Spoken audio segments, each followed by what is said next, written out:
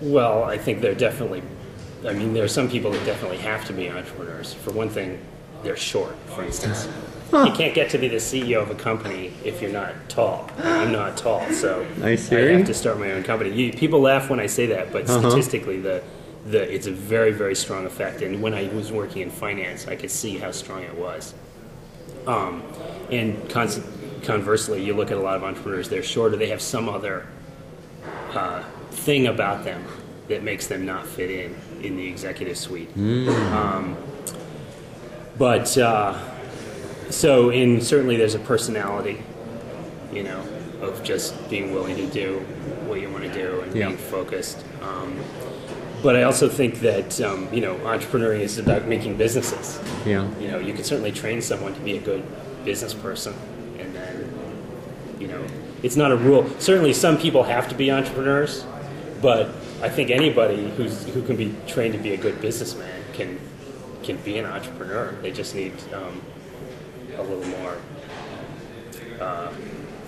They need to know that it's socially accepted. That's a good point. Yeah. But really, it's just about running a successful business. If you think of it that way, we have this whole culture of entrepreneurship, but in the end, you have to put together a successful business, and that's something that people with many different kinds of personalities can do. That said, most entrepreneurs, are career entrepreneurs. Most of the ones that you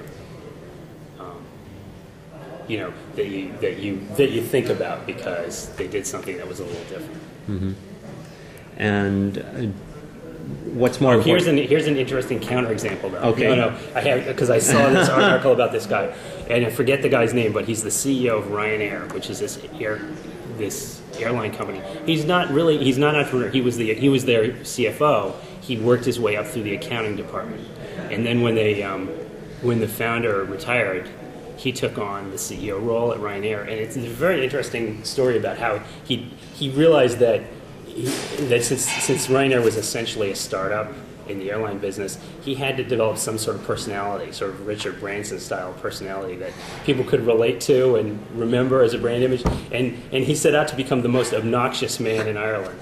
He did all sorts of irritating and obnoxious things. And I thought, wow, that's brilliant. That's a guy who's an accountant, right, who was able to create himself in this role. So there's an exception to everything. But anyway, yes, what were you saying? Nice. So I was just going to ask you, what's more important, attitude or aptitude for an entrepreneur?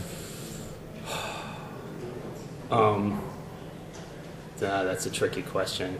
Shouldn't ask that. You think it should be aptitude, but really it's probably not. No right answer. Yeah, it's probably attitude. Yeah?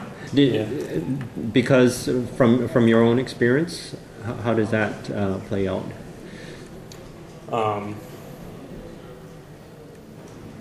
Well, I just think about, not about me. I'm the counterexample, right?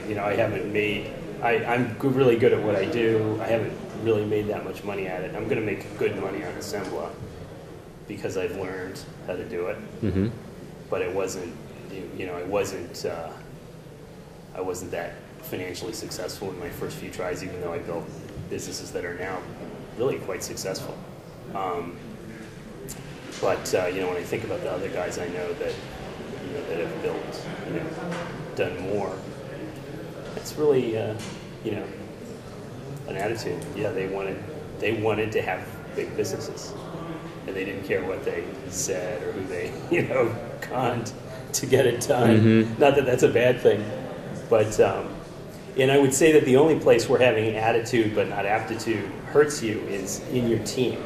Okay. Your team members that work with you are very sensitive to when you're full of crap, and that's why good entrepreneurs who aren't just grinding it out are very sensitive to what people think about them. And that, I don't know if that can be trained. I think that is an inborn skill. If you have that, you can get away with almost anything. You can build a team that can cover your butt in a lot of different ways. And there's a lot of entrepreneurs that I've worked with, since I do work with very early stage guys who are really good at kicking the thing into gear, and then people get sick of them and the whole thing doesn't come to fruition.